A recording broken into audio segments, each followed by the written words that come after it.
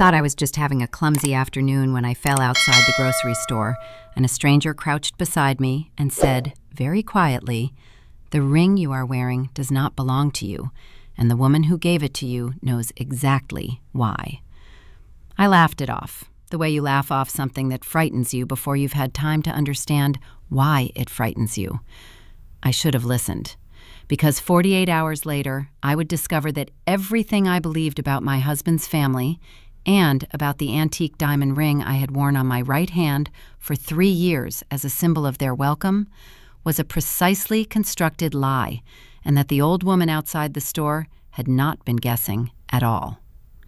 I need to go back a little further, though, because none of this will make sense without the context of what came before, the years of warmth and dinners, and the particular practiced way that certain people make you feel chosen before they make you feel trapped. My name is Monica. At the time all of this happened, I was 31 years old, married to a man named Paul for 4 years, and living in a small but genuinely beautiful house in a suburb that smelled of cut grass in the summer and wood smoke in the fall. We had a pale blue kitchen with white tile counters and a back porch that caught the afternoon light in a way that made everything look a little more golden than it actually was. Paul worked in logistics management for a mid-sized shipping company. I was a mid-level project coordinator for an interior design firm, and I was, by any reasonable measure, content. Not ecstatic. Content. The steady, warm, dependable version of happiness that you stop noticing only when it is gone.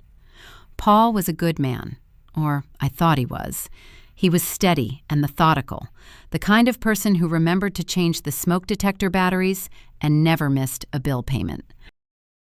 He was not effusive or romantic in the Hollywood sense, but he had small, consistent habits of care that I had come to understand as love. The way he always refilled my coffee before his own. The way he kept a spare umbrella in his car because I was always losing mine. The way he said goodnight as though he meant it every single time. We disagreed sometimes, the way any two people who live in close proximity will disagree. But we were, I believed, a unit, a team. I believed that without reservation. His mother, Eleanor, was a different kind of warmth, the kind with a slight draft under the door. I want to be fair to her even now, even after everything. When I first met Eleanor, I genuinely liked her. She was a compact, elegant woman in her mid-60s, with silver hair she wore in a low chignon, and a taste for silk blouses and understated gold jewelry. She cooked extraordinary food, a beef stew that smelled like something from another century, an apple cake that Paul and I ate cold out of the pan the morning after she brought it over. She called me dear in a way that felt, at first, like genuine affection. She asked about my work with apparent interest. She sent birthday cards handwritten on thick cream paper. But there was always, underneath all of it, a faint current of something I could not name. A way she had of looking at me a half-second too long when I spoke. A particular tone, slightly too gracious, slightly too careful, that appeared whenever the subject of Paul's finances or the house or the future came up. A habit of touching things in our home as she passed them, running a finger along the mantel, adjusting a picture frame, picking up an object and setting it down elsewhere, as though she were cataloging an inventory she had partial claim to. I noticed these things and filed them under, she's just old-fashioned and it's a generational thing, and she loves him and she's adjusting. I was a champion filer in those days. The ring came into my life about 3 years before everything collapsed. It was presented at a Sunday dinner, one of the long, unhurried meals Eleanor hosted every few weeks in the formal dining room of her house, which was large and immaculately kept and always smelled of beeswax candles and the ghost of decades of good cooking. Paul's younger sister Diane was there. His uncle Robert, Eleanor's brother-in-law, elderly, hard of hearing, perpetually amused, sat at the far end of the table. It was a pleasant evening, or it had been, up until the moment Eleanor disappeared into the back hallway and returned carrying a small velvet box. She set it on the table in front of me with a kind of ceremonious deliberateness, as though she had rehearsed this moment. "This was my mother's," she said, "and her mother's before that. It has been in this family for nearly 100 years. She opened the box. Inside was a ring, a round-cut diamond set in rose gold filigree, antique and almost impossibly delicate, the kind of thing that belongs behind glass in a museum. I want you to have it, Monica, as a symbol that you are truly part of this family. I remember looking at Paul. His expression was warm, pleased, slightly emotional. Diane was smiling. Robert was nodding with his particular brand of benign, absent approval. I remember the weight of the room, all those eyes, all that family history compressed into a tiny velvet box. And I remember thinking that this was one of the most genuinely touching moments of my adult life. Eleanor, I said, I don't know what to say. Say you'll wear it, she said, and she slid it onto my right hand herself, and it fit perfectly, and everyone raised their glasses. I wore it every day after that. It became as natural on my hand as my wedding band. I thought of it as a bridge, something that connected me to a history I had married into, an act of acceptance that I had sometimes wondered if I would ever fully receive from a woman as particular and self-contained as Eleanor. I was moved by it. I was grateful. I should have wondered why it fit so perfectly. The slip happened on a Tuesday in late October. I had gone to the grocery store after work, one of those exhausted end-of-day trips where you move through the aisles on autopilot, throwing things into the cart without really seeing them. It was raining, the fine, persistent kind that makes every surface look slightly greasy, and when I stepped off the curb in the parking lot, my left foot went out from under me, and I went down fast and hard, landing on my right palm and my left knee. My cart rolled sedately away from me, the groceries I was carrying scattered across the wet asphalt. An apple rolled under someone's car. A jar of pasta sauce shattered 2 feet from my hand, red and spectacular. I sat there for a moment, wet and stunned and taking inventory of what hurt. My knee was scraped. My palm was scraped. My dignity was entirely demolished. 2 people hurried over, a young man who retrieved my cart and a middle-aged woman who helped me up, and I was murmuring thank yous and collecting my bags when I became aware of a third person crouching beside me, quite close. She was an older woman, heavily layered in clothing despite the mild temperature, with dark eyes and a wide, unreadable face. She looked at my right hand, the hand I had landed on, the hand with Eleanor's ring, with an expression I can only describe as recognition. Not surprise, recognition. The way you look at something you were expecting to see. "The ring you are wearing does not belong to you," she said. Her voice was low and even, without any particular drama. And the woman who gave it to you knows exactly why. I stared at her. "Excuse me?" But she was already standing, already moving away, pulling her layers around her with a kind of efficient privacy. She did not look back. The young man with my cart was looking at the space she had occupied with a slightly bewildered expression. "Friend of yours?" he asked. "No," I said. I drove home. I told myself it was nothing. A strange woman, a strange comment, the kind of thing that happens in parking lots when the day is wet and gray and everyone is a little unmoored. I made dinner. I poured a glass of wine.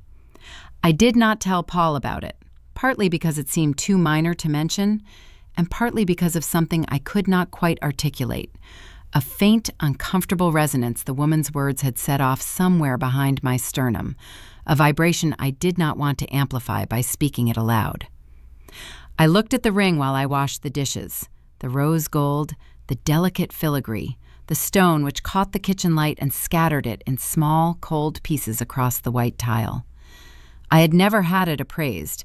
It had never occurred to me to have it appraised. It was a family heirloom, not an object of commerce. Does not belong to you. I turned off the tap and dried my hands and went to watch television with my husband, and I said nothing, and that night I slept badly for reasons I could not identify with precision, waking twice in the small hours with a vague, sourceless unease that I attributed to the fall, to the wine, to the general low-grade stress of a demanding week. It was Paul's behavior over the next 48 hours that cracked it open.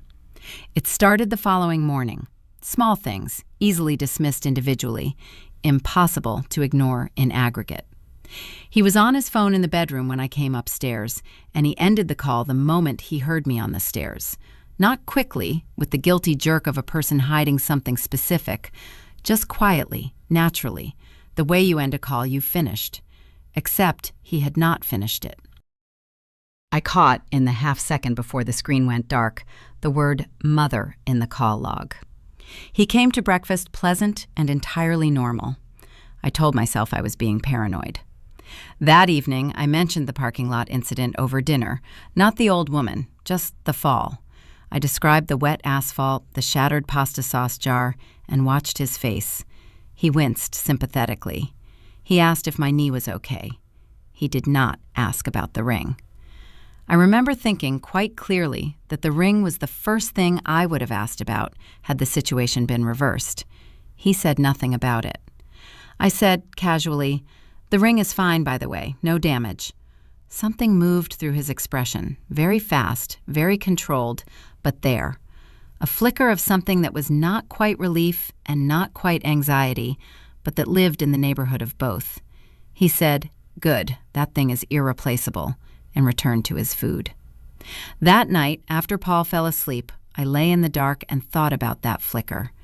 At 11:30, I got up, went to my home office, opened my laptop, and typed into the search bar, "Antique diamond ring, rose gold, filigree, heirloom, provenance identification." This led me, through an hour of spiraling research, to a specialist forum for antique jewelry authentication. I photographed the ring from multiple angles and posted the images with a query. I did not expect a response until morning. I went back to bed. There was a response waiting for me at 6:15 when I woke up, from a user whose profile identified them as a certified gemologist with 30 years of experience in estate jewelry. Happy to help with identification. The filigree pattern and setting style suggest this piece dates to approximately 1935 to 1945, consistent with Art Deco late period.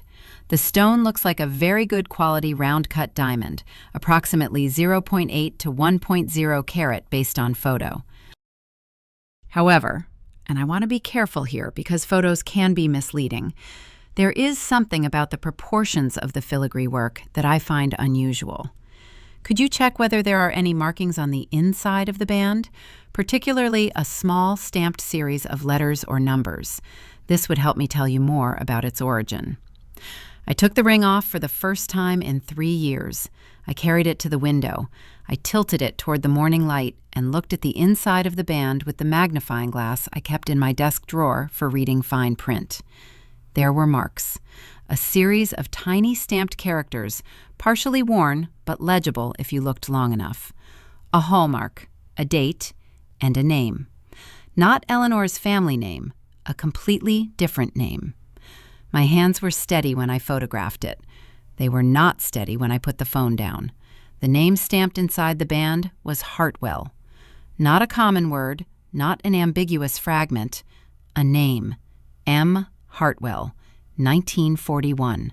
6 characters and a year, pressed into the inner curve of rose gold nearly a century ago by someone who wanted to mark their property precisely and permanently.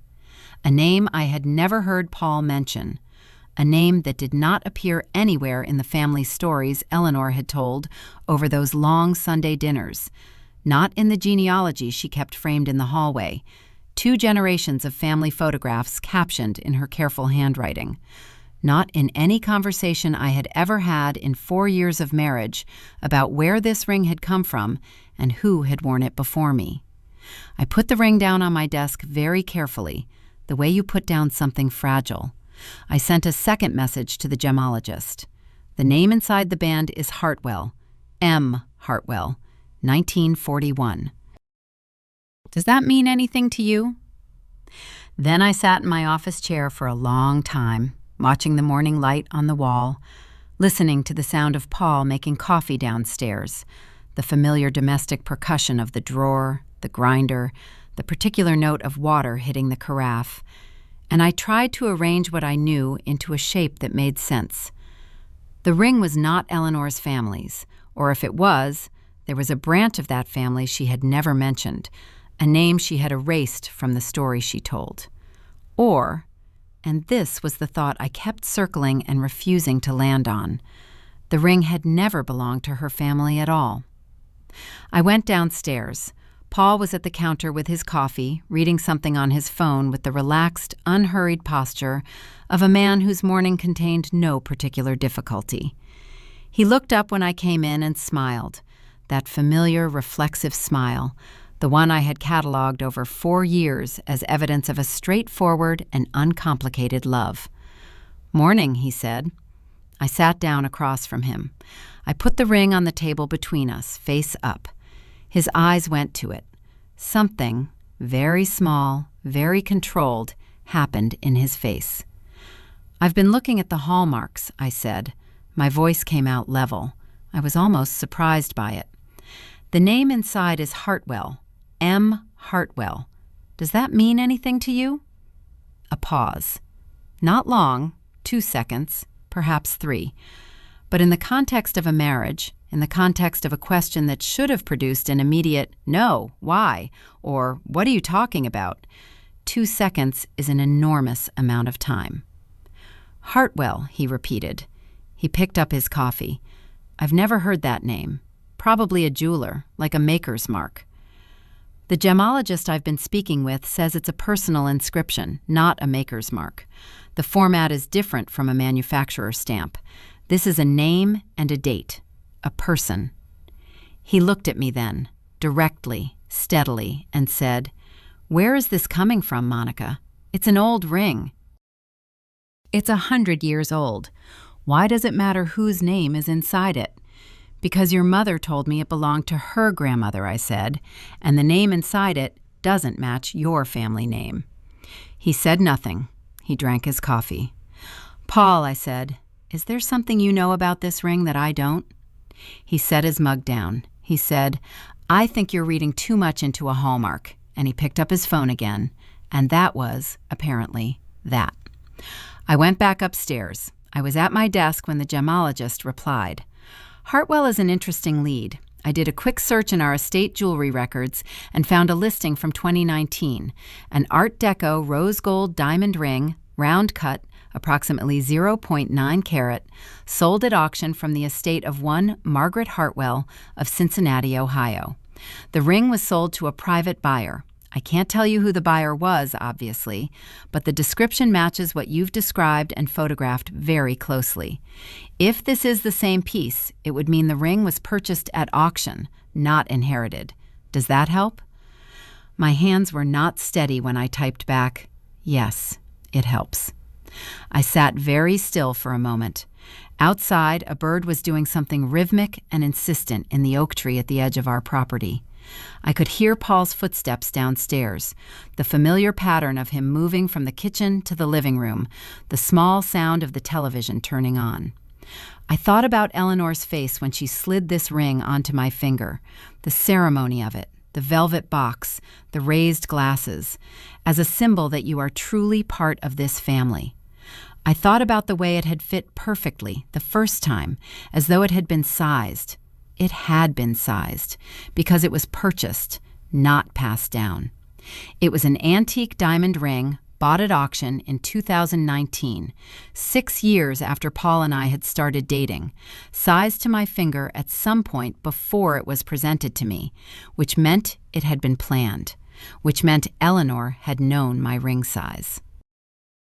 Which meant she had, at some point, obtained my ring size without my knowledge.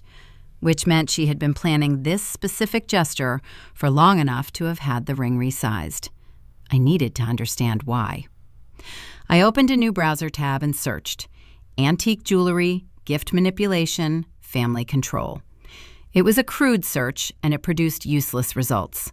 I searched instead, why would someone give a valuable gift to a daughter-in-law? Also useless. I closed the laptop. I needed to think differently. I needed to stop searching the internet and start searching my own memory. Why would Eleanor give me a ring?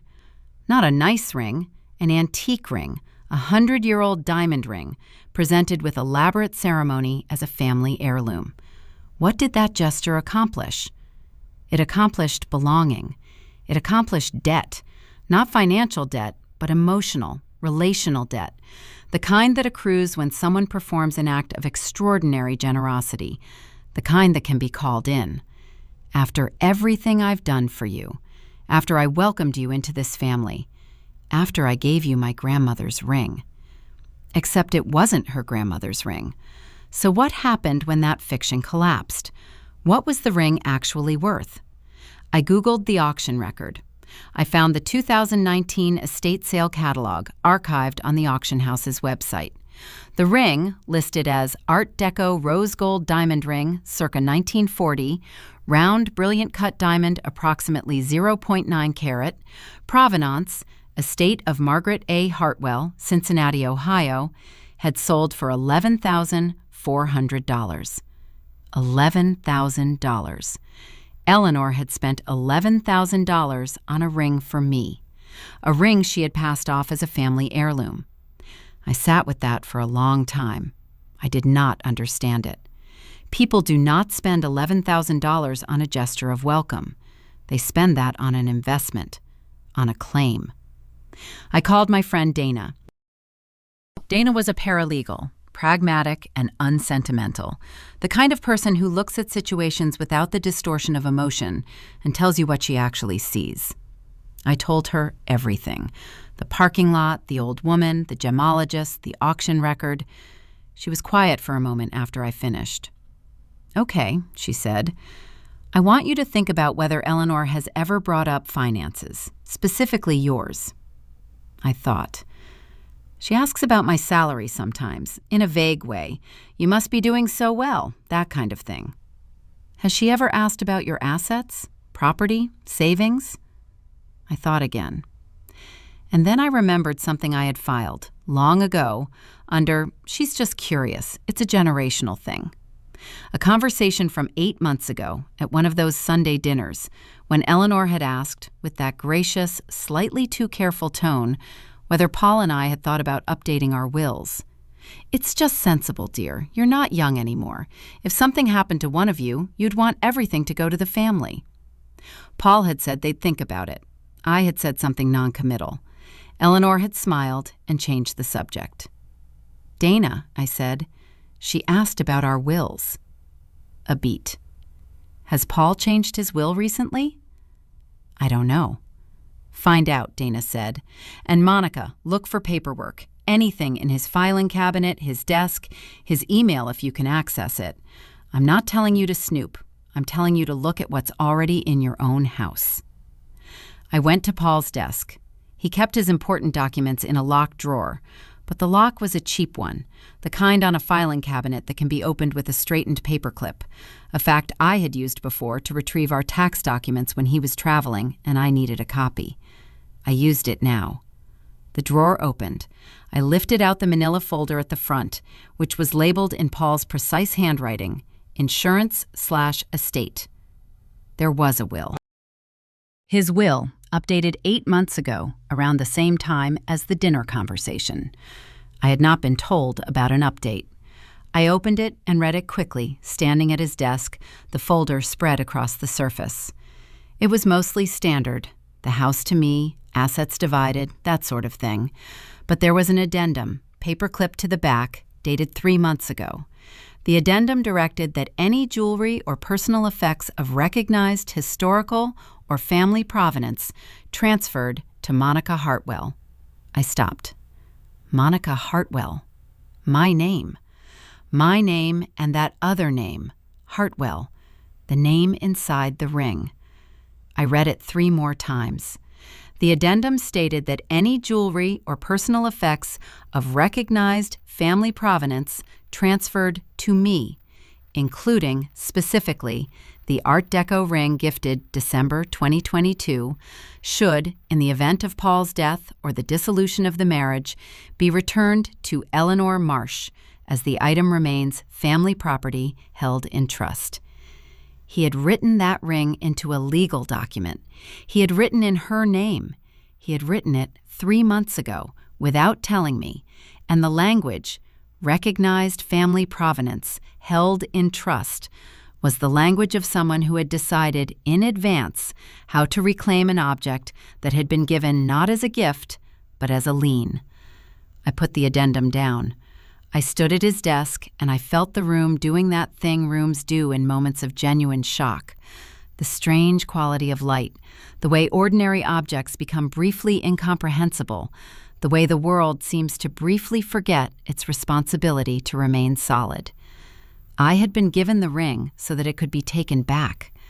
I had been given it as a demonstration of ownership, not of the ring, but of me.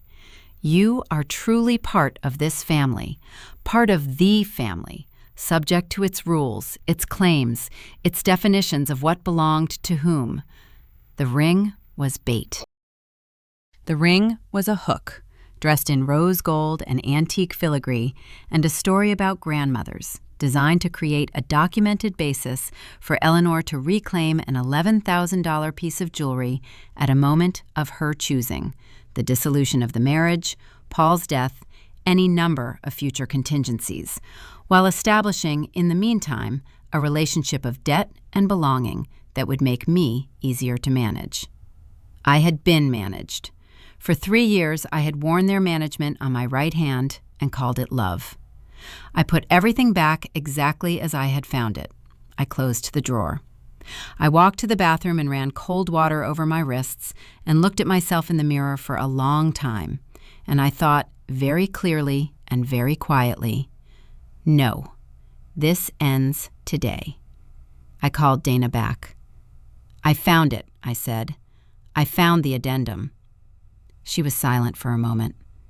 Okay, here's what we're going to do. Her voice had shifted into the register she used when she was being professional, crisp, ordered, precise. First, photograph everything. The addendum, the will, the auction record, the gemologist's messages, all of it. Second, do not confront Paul or Eleanor yet, not until you have spoken to an actual attorney. Third, wear the ring normally today. Do not change anything they can observe. Do you understand?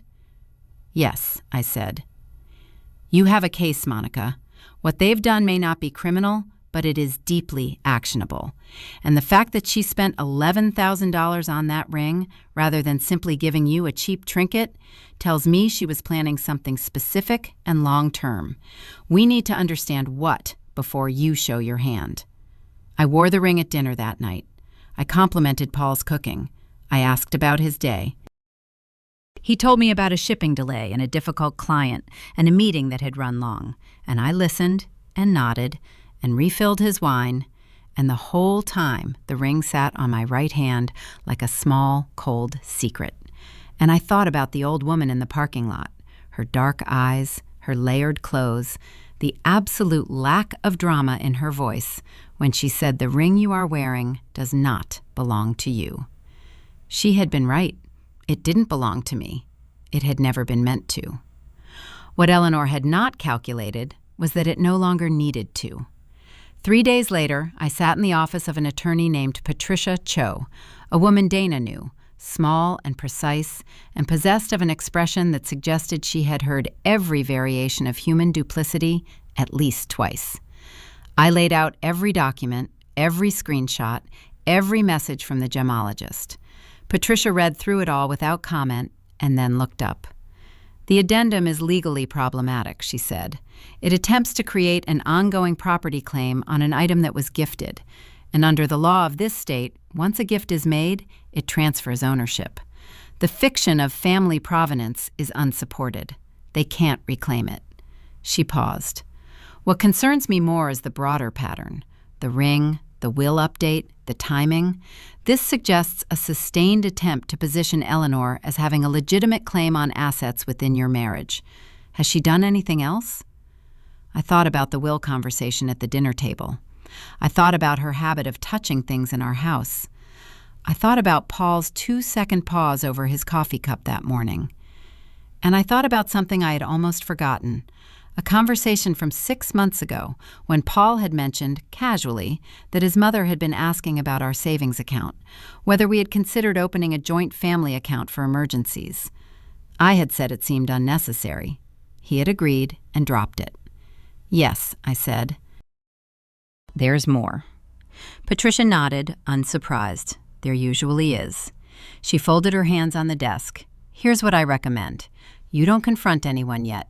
You let me send a quiet, formal letter to Paul's attorney, if he has one, if not, to Paul directly, stating that you are aware of the addendum, that you contest its validity, and that any further attempts to establish a claim on jointly held or personally held assets will be met with legal action.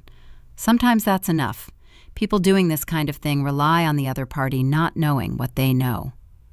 The letter went out on the Thursday. Paul's response came on Saturday. He was in the kitchen when I came downstairs, and he was pale, not dramatically, but the particular gray-white of someone who has had a bad night and is trying to carry it quietly. He asked me to sit down. I sat. He said, "I should have told you about the addendum." He said it as an opening sentence with no preamble, which told me he had rehearsed it. My mother asked me to add it. She was worried about... She wanted to make sure the ring stayed in the family if things ever... He stopped. He started again. "I should have told you." "Yes," I said, "you should have." She didn't mean anything harmful by it. She was just... Paul. I waited until he met my eyes. She spent $11,000 on a ring from an auction house in 2019, sized it to my finger, presented it as a 100-year-old family heirloom, and then had you add a legal clause to your will to ensure she could take it back whenever she chose. That's not a misunderstanding. That's a plan. I paused. And the fact that you helped her execute it without telling me is a problem I don't yet know how to measure. The silence that followed was the longest and most honest we had produced in 4 years of marriage. He did not cry. He did not argue.